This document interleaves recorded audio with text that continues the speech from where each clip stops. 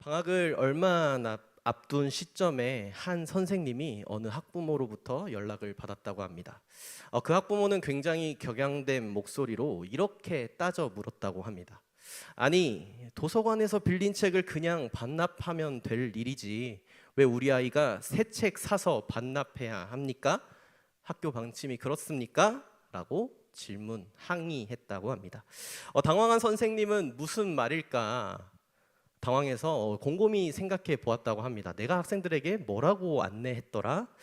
그러고 떠올라서 이렇게 설명했다고 합니다.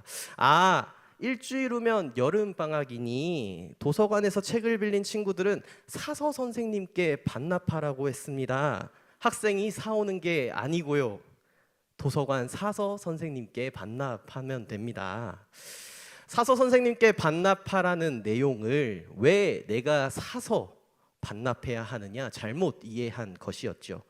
비슷한 이야기가 꽤 많습니다. 사흘은 왜 3일인지, 심심한 사과에는 왜 성의 없이 사과하냐는 둥, 소위 문해력 논란이라고 하는 오늘날의 일화들입니다.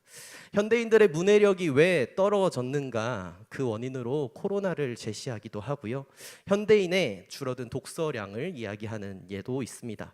2023년 조사 결과를 보면요, 대한민국 성인 10명 중 6명은 1년의 책을 한 권도 읽지 않는다고 합니다. 이유야 많겠습니다만 모든 분석의 시작은 그러합니다. 동일하죠. 요즘 걔들은 왜 그럴까? 라는 문제의식입니다. 연구 대상과는 연구자와는 독립적이어야 할 것입니다. 그래서 연구자와 연구 대상을 엄격히 구분하려고 하죠. 그래서 나와는 전혀 다른 그들, 나 때와는 전혀 다른 요즘을 이야기합니다. 선을 긋고요, 나는 그들과 다르다라고 생각하지요. 이 생각이 우리 문제의식의 시작일 것입니다.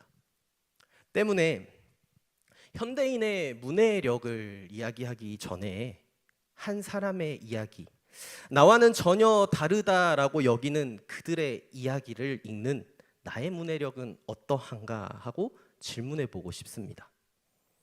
나는 얼마나 그들을 잘 이해하고 있어서 그들이 문제라고 이야기하고 있는 것입니까?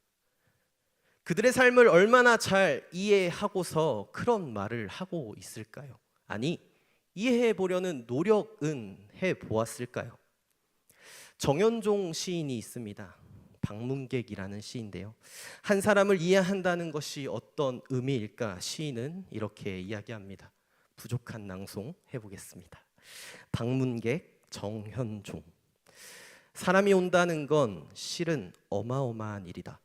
그는 그의 과거와 현재와 그리고 그의 미래와 함께 오기 때문이다. 한 사람의 일생이 오기 때문이다. 부서지기 쉬운, 그래서 부서지기도 했을 마음이 오는 것이다. 그 갈피를 아마 바람은 더듬어 볼 수 있을 마음, 내 마음이 그런 바람을 흉내낸다면 필경 환대가 될 것이다. 나와는 전혀 다른 이들에 대한 이해, 아니 이해하려는 노력이 오늘 우리에게는 있습니까? 우리는 그러한 이해가 없이, 이해하려는 노력도 없이 혹 함부로 말하고 있지는 않습니까? 우리의 인생을 찾아온 방문객들에게, 사랑하기 위해 주어진 나의 이웃들에게 우리는 어떻게 말하고 계십니까? 부서지기 쉬운, 때론 부서지기도 했을 그의 과거와 현재 그리고 미래를 우리는 어떻게 환대하고 있습니까? 그런 의미에서 문해력은 우리 모두의 문제일 것입니다. 담임 목사님께서 안식월로 자리를 비우신 이때에 금요 열정 기도회에 어떤 말씀을 전해야 할지 참으로 고민이 많았습니다. 그동안의 예배의 흐름을 따라 성령에 대한 말씀을 준비해 볼 수도 있었을 것입니다. 그런데 이번에는 제 신앙의 이야기를 한번 해보아야겠다라는 생각이 들었습니다. 저의 과거와 현재 그리고 앞으로 제 미래에 대한 이야기입니다. 저에게 가장 어려워서 그리고 잘 안 하는 내용이 있다면 바로 간증입니다. 분명 저의 신앙에 있어서도 간증할 것들은 많겠습니다만 그것을 표현함에 있어서 때로는 필요 이상의 포장을 유혹받기 때문에 그렇습니다. 어렸을 적에는 누군가의 간증을 들을 때면 그들과 같은 엄청난 경험이 없는 나는 하나님을 경험하지 못한 건가? 그런 것 아닌가? 하는 고민도 있었습니다. 또한 그들의 언변과 경험을 굉장히 선망하기도 하였지요. 이제와 생각해 보는 것은 그들의 이야기가 있듯이 제게도 이야기가 있다라는 것이었습니다. 다메섹 도상에서 바울과 같은 간증이 있는 사람이 있다면 어려서부터 믿음의 가정에서 자라났다는 것이 간증인 디모데도 있으니 말입니다. 사람마다 다른 이야기, 구태여 같아질 필요가 없습니다. 제게는 지성인의 이야기가, 또한 우리 각자에게는 자신의 이야기들이 있을 것입니다. 오늘 말씀을 통해서 저의 이야기, 저의 신학함, 앞으로 저의 사역함에 대한 이야기를 나누어 보려고 합니다. 오늘 말씀, 오늘 본문의 내용은 성도님들께서 가장 잘 아신다 하실 만한, 잘 아시는 이야기지요. 그렇죠? 굳이 성경 봉독을 하지 않았더라도 잘 아실 이야기일 것입니다. 우리는 이 이야기를 통해서 어떤 위로를 얻습니까? 가늠한 여인처럼 주님께 용서받은 죄인이라는 위로를 얻곤 하지요. 우리를 가늠한 여인의 입장에 두고 말씀을 읽는 것이 보편적일 것입니다. 하지만 오늘은 조금 낯설게 본문을 대해 보려고 합니다. 익숙한 이 말씀을 주님의 입장에 서서 바리새인과 서기관들의 질문을 한번 받아보고, 또한 우리는 주님의 말씀을 듣던 주변의 군중이 되어 나는 주님의 편에 서 있는지 아니면 바리새인과 서기관들의 편에 서 있는지 내가 선 자리를 고민해 보도록 하겠습니다. 서기관과 바리새인들에게 예수는 어떤 존재였을까? 꽤나 골칫거리였습니다. 토라, 모세의 율법을 근거로 단단히 구축해 놓았던 자신들의 기득권이 예수와 함께 새롭게 시작된 운동으로 인해 위협받았기 때문입니다. 따라서 바리새인과 서기관들은 율법을 내세우며 예수를 따랐던 사람들 앞에서 그를 시험하지요. 오늘 말씀도 그러한 시험 중에 하나입니다. 말씀에 서기관들과 바리새인들은 주님과 무리 사이로 한 여성을 끌고 옵니다. 그리고 재판이 시작이 되지요. 그녀의 죄명은 간음입니다. 심증이 아닌 확실한 물증이 있는 사건입니다. 그녀는 간음 중에 잡혀왔기 때문입니다. 재판을 위해선 법을 봐야겠지요. 법을 면밀히 한번 살펴봅시다. 율법, 토라, 곧 하나님의 말씀. 레위기 20장 10절에는 이렇게 쓰여 있습니다. 누구든지 남의 여자와 간음하는 자, 곧 그의 이웃의 아내와 간음하는 자는 그 간부와 음부를 반드시 죽일지니라. 신명기 22장 23절과 24절은 또 이러합니다. 처녀인 여자가 남자와 약혼한 후에 어떤 남자가 그를 성읍 중에서 만나 동침하면 너희는 그들을 둘 다 성읍 문으로 끌어내고 그들을 돌로 쳐 죽일 것이니. 그들은 하나님이 주신 율법을 잘 알았습니다. 율법으로는 간음한 여자를 죽이는 것이 마땅한 일입니다. 그것도 돌로 쳐서 죽이는 것이 하나님의 말씀에 순종하는 것 맞지 않습니까?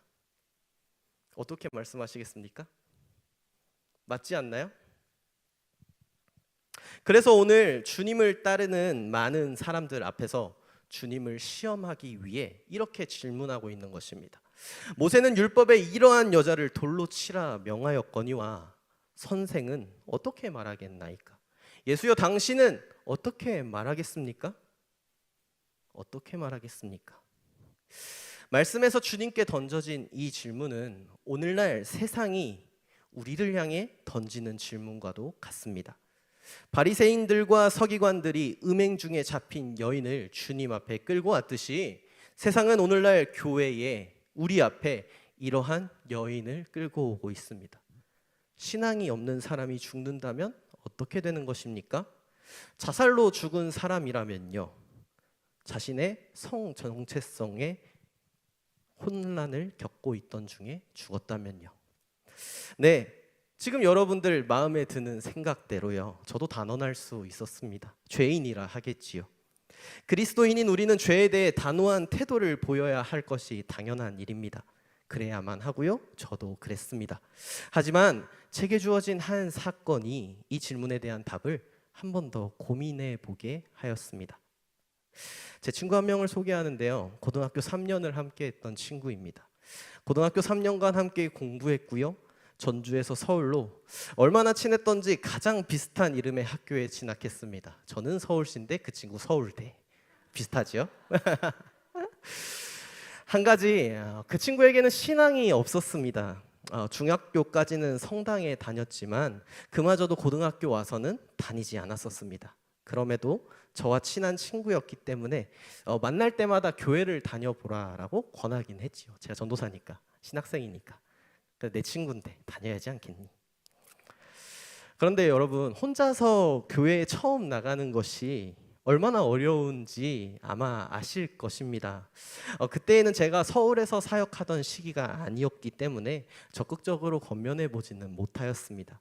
때문에 근처에서 사역하게 된다면 그 친구를 먼저 데려오리라, 함께 신앙생활하자, 이야기해보리라 다짐만 하고 있을 때였습니다. 이후 제가 서울에서 3년 정도 사역을 했고요. 이제는 수원으로 내려오게 되었는데요. 그 기간 동안 그 친구가 교회 등록했을까요? 했을까요? 교회 잘 다니고 있을까요? 우리 청년교구 수련회 갔는데 서울 어느 교회 청년부 회장이 되어서 뭐 새신자 교육을 하고 뭐 있으면 좋은 간증이 되겠지요. 좋았을 텐데요. 제가 서울에서 사역하기 석 달 전쯤에 대학교 4학년 2학기 마지막 기말고사 기간에 2020년 12월에 전화 한 통을 받았습니다. 졸업 후 한 번도 연락하지 않았던 다른 고등학교 친구가 저에게 전화를 했어요. 그리고 그 친구가 죽었다고 이야기를 하더라고요. 사고사가 아닌 자신의 선택이었고요. 또한 자신의 성 전체성으로 인해 고민 중에 그런 선택을 했다라고 합니다. 장례 3일 동안 시험도 다 제껴두고 교수님들에게 연락해서 교수님 시험을 따로 보도록 하겠습니다. 장례 3일간 빈소를 지키면서요. 저는 아무 말도 할 수 없었습니다. 제가 단언하던 죄인 바로 제 친구였기 때문입니다. 서울로 학교를 진학하고 가끔 만났었습니다. 시간이 지나면서 머리도 기르고 화장도 진해지길래 그런가 보다 했습니다. 확실히 아니라는 생각이 들어서 농담을 하기도 했습니다. 나 전도사인데 혹시 그런 거면 미리 알려달라고, 나도 좀 조심하게. 장례식장에 처음 들어서니 친구의 어머니께서 저를 보시자마자 눈물을 왈칵 쏟으시더라고요. 그러면서 말씀하십니다. 성인이 너를 꼭 만나라 보라고 했었는데 이제는 그럴 필요 없어졌네. 아마 그 친구의 상황을 모두 이미 아시고는 미리 신학생인 친구, 성인이를 만나서 이야기를 나누어 보라 하셨던 것 같습니다. 저는 그날 제 손에 움켜쥐고 있던 돌을 보았습니다. 나와는 전혀 상관없는 이야기니, 상관이 없을 이야기니 그들이라고 하면서 그들을 향해 돌을 마음껏 들고 있었던, 그들을 마음껏 정죄하고 있었던 저의 모습이 보이더라고요. 여러분, 세상은 우리를 향해서 이렇게 질문을 던지고 있습니다. 하나님의 말씀에 이러한 것들 죄라 명하였지 않습니까? 죄라 하였지 않습니까? 교회를 다니시는 여러분들은, 그리스도인들은 어떻게 말하실 겁니까? 어떻게 말하겠나이까? 바리새인과 서기관들의 이 질문은요, 주님을 시험하기에 아주 좋은 질문이었습니다. 왜요? 빠져나올 수 없는 질문이었기 때문이에요. 음행하려 하다인가요, 여러분? 아닙니다. 음행한 뒤에입니까? 아닙니다. 뭐죠? 음행 중에 잡힌 여자였습니다. 변명의 여지가 없는 현장에서 검거한 명백한 죄인이지요. 그들은 주님을 완벽히 궁지로 몰아넣습니다. 아니다, 여자를 살려야 한다라고 그럼에도 율법을 어기는 말을 한다면 많은 무리 앞에서 주님은 하나님의 말씀인 율법을 어긴 죄인이 되는 것입니다. 또한 스스로 하나님이신 주님께서 자신이 만든, 스스로가 준 율법을 폐하실 수는 없으셨을 것입니다. 반면에 당시 유대 지도자들에게는 민간에서 사형을 집행할 권한이 없었습니다. 법에 따라 생사를 결정할 권한은 오직 로마 당국에 있었기 때문입니다. 때문에 하나님의 말씀 율법대로 이 여자를 죽이라라고 하는 것은요, 로마법에 반하는 죄인이 되는 것이었습니다. 주님이 여자의 편을 들어서 방면한다면 모세 율법을 명백히 위반한 것이기 되기 때문이고, 율법대로 돌로 칠 것을 명령한다면 로마와의 마찰이 불가피한 상황입니다. 그야말로 사면초가지요. 주님은 이때 어떤 답을 하십니까? 여러분 잘 아시지 않습니까? 살립니까? 죽입니까? 여기서 주님께서는 우리가 잘 알고 있는 행동과 답을 하시지요. 먼저 몸을 굽혀 손가락으로 땅에 무언가를 씁니다. 설교자에 따라서는 주님이 바닥에 무엇을 쓰셨을까에 관심을 두곤 합니다. 모여있던 사람들의 죄를 하나하나 쓰셨다, 또는 모든 사람이 죄인이라라는 말씀을 쓰셨다, 또는 쓰다라는 이 단어는 하나님이 구약에서 율법을 수여하실 때 쓰인 단어인데 하나님이신 주님께서 새 계명을 주신 것이다 라는 등 다양한 설명들이 있습니다. 하지만 저는 여기에서 주님께서 손가락으로 땅에 쓰신 행동보다 더 관심이 갔던 것은 몸을 굽히신 행동이었습니다. 자신의 문제로 수많은 사람 사이에 둘러싸인 이 여성, 자신의 상황을 이야기할, 변호할 시간조차, 기회조차 주어지지 않는 이 여성, 아무 말 못하고 곧 돌에 맞아 죽을 여자, 어딜 보아도 자신에게 관심은 없는 이 상황에서 그저 자신을 죽이려고만 달려드는 주위를 바라보지 못했을 것입니다. 그리고 고개를 떨구고 바닥만 쳐다보고 있었겠지요. 그때에 주님은 몸을 굽혀 그 여인의 시선에 들어가십니다. 홀로 있다 여겨지던 여자의 상황에 이제는 몸을 굽히신 주님이 함께하고 계신 것을 이 여자는 보았을 것입니다. 고개를 떨구고 아무도 보이지 않을 때에 주님 홀로 그 여자의 시야에 들어가시는 것이지요. 돌로 쳐 죽임을 당해도 마땅한 명백한 죄인을 한 인간으로서 대하고 계시는 주님의 모습입니다. 몸을 굽힌 채 그 여자와 함께 하시는 주님께서 이렇게 말씀하시지요. 너희 중에 죄 없는 자가 먼저 돌로 치라. 그들이 말한 모세의 율법 신명기의 말씀을 다시 보면 이러합니다. 신명기 22장 23절과 24절 다시 한번 읽어보겠습니다. 함께 읽읍시다. 시작. 처녀인 너 여자가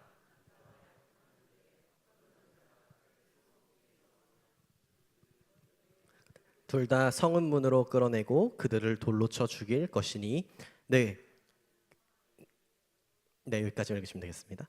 네, 그들의 말대로요, 율법을 따르면요 가늠한 여인은 죽어야 마땅합니다. 그런데 여러분 정확히 해야죠. 남자와 여자 둘 다를 죽여야 옳습니다. 음행 중에 잡힌 여자입니다. 남자는 어디 갔습니까? 서기관과 바리새인들이 음행 중에 잡아왔던 여자라고 한다면 그 상대방은 어디 간 것입니까? 그들이 진정 율법을 지키려고 했다면 음행 중에 있던 남자와 여자 둘 다 끌고 와서 주님께 물었어야 옳지 않습니까? 그들은 율법을 지키는 신용만 했던 것입니다.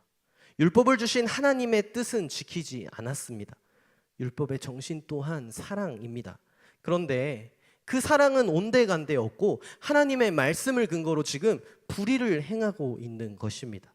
남성 중심 사회에서 자신과 다르다고 여겨지는 부류, 자신과 상관이 없다고 여겨지는 그들, 오직 여자만 끌고 와서 하나님의 말씀으로 폭력을 행사하고 있는 것입니다. 그래서 주님은 그 질문에 답하지 않으신 것입니다. 답하지 않고 홀로 된 이 여인의 시선에 들어가 몸을 굽히신 것이지요. 주님의 말씀에 사람들은 다 떠나갔습니다. 9절 말씀이 분명히 하듯 오직 예수와 그 가운데 서 있던 여자만 남았습니다. 그제야 주님은 굽혔던 몸을 일으키시지요. 그리고 여자에게 말씀하십니다. 여자여, 너를 고발하던 그들이 어디 있느냐? 너를 정죄한 자가 없느냐? 이제서야 여자는 고개를 들 수 있었습니다. 주위를 둘러봤을 것입니다. 사건의 중심에 있었지만 무리들과 바리새인들과 서기관들과 주님 가운데에서 한 가운데에 있었었던 이 여자는 그동안 단 한마디 말을 할 수 없었습니다. 그랬던 그녀가 이제서야 처음 입을 떼고 말하지요. 주여, 없나이다.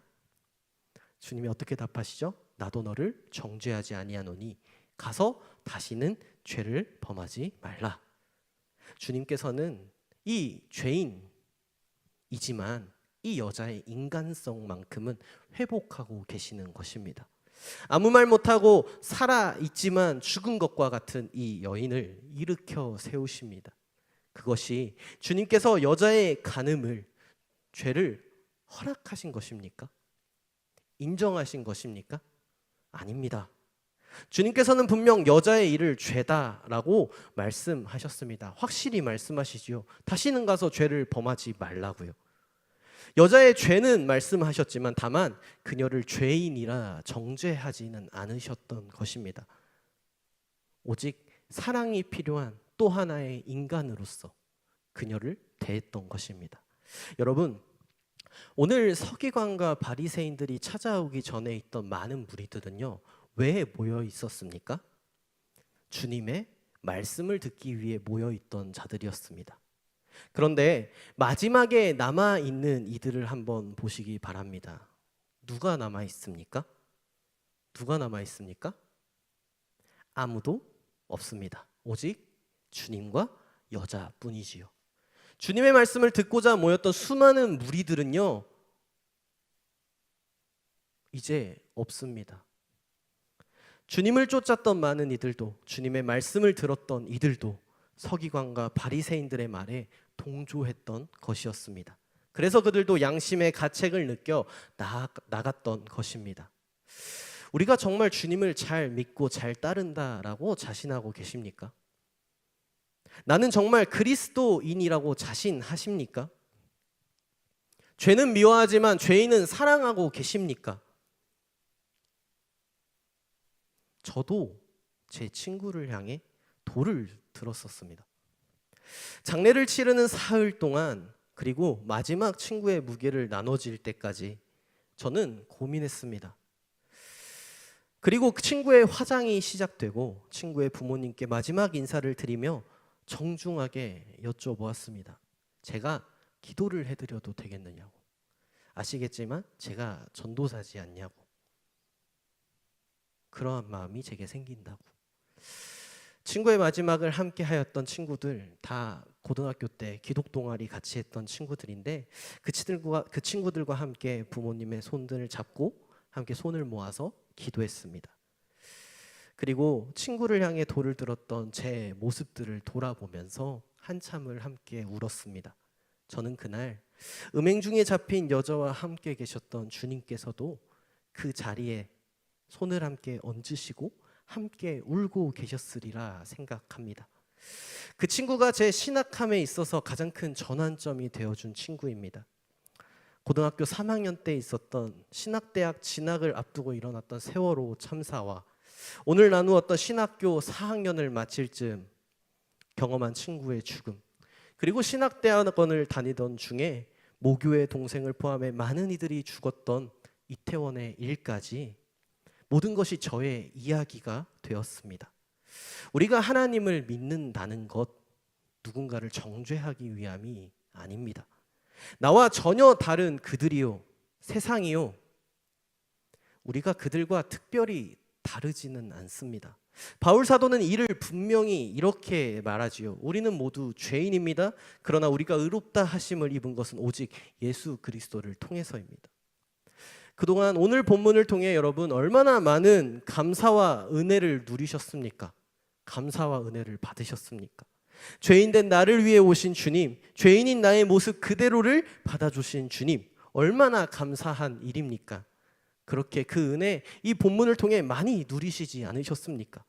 그렇게 은혜를 받았던 우리인데 왜 우리 손에는 다른 간음한 여인이 하나님께 인정받을 때에 돌을 들고 시기하고 있는지를 모르겠습니다.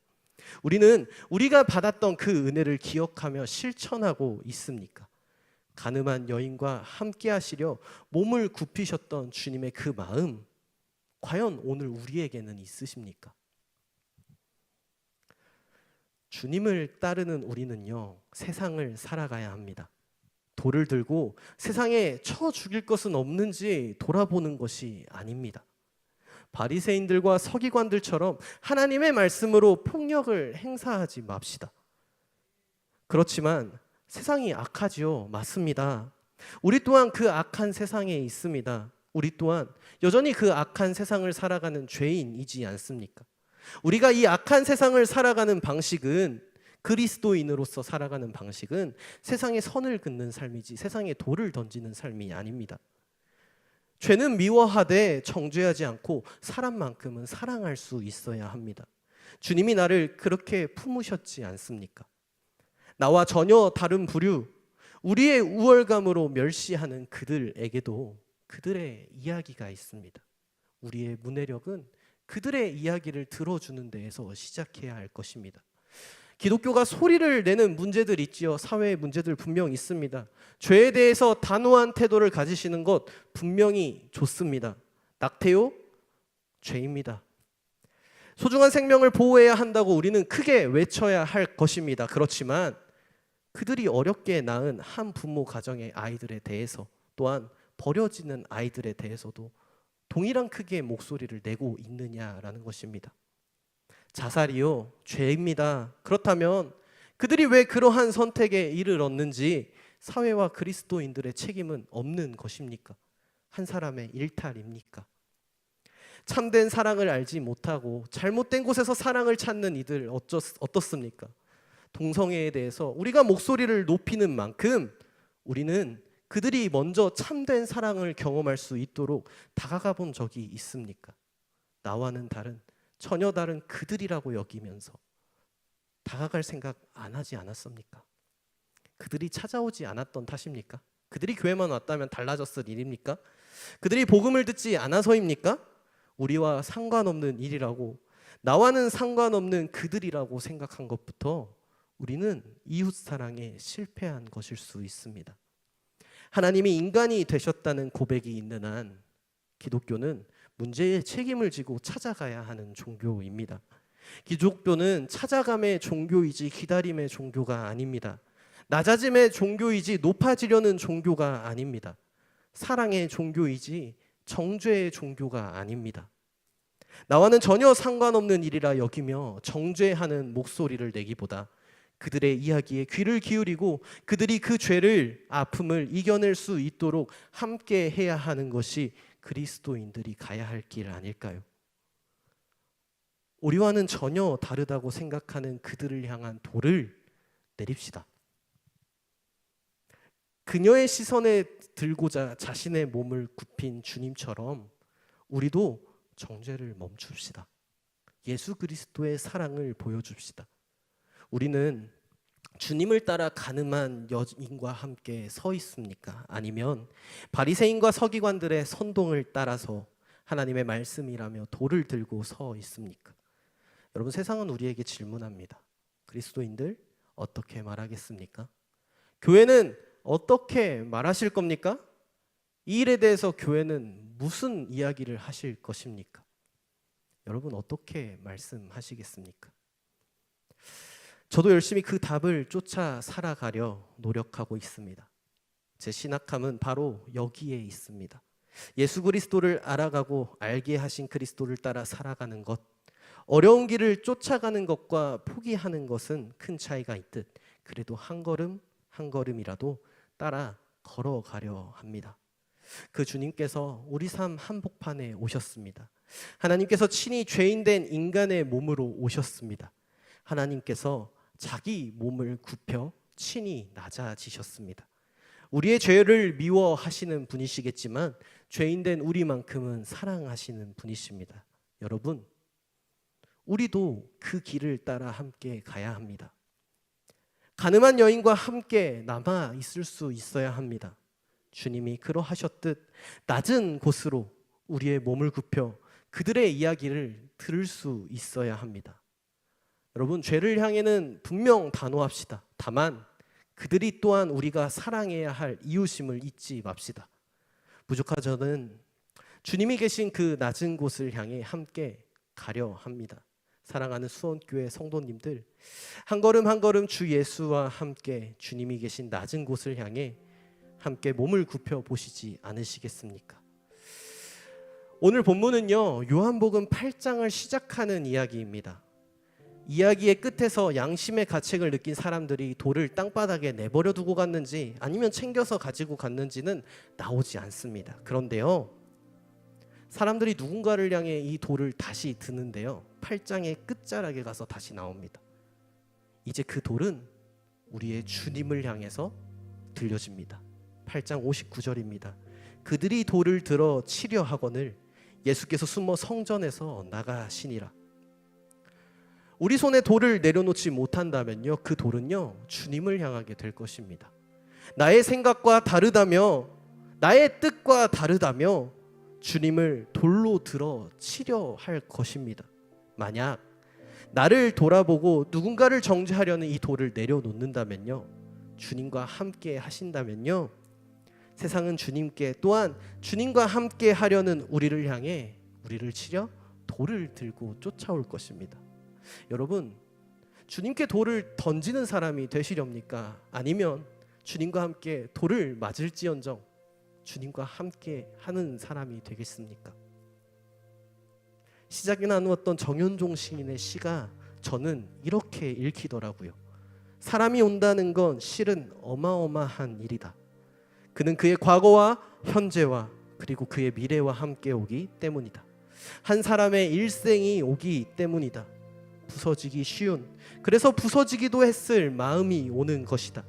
그 갈피를 아마 주님은 더듬어 볼 수 있을 그 마음, 내 마음이 그런 주님을 흉내라도 내본다면 필경 환대가 될 것이다.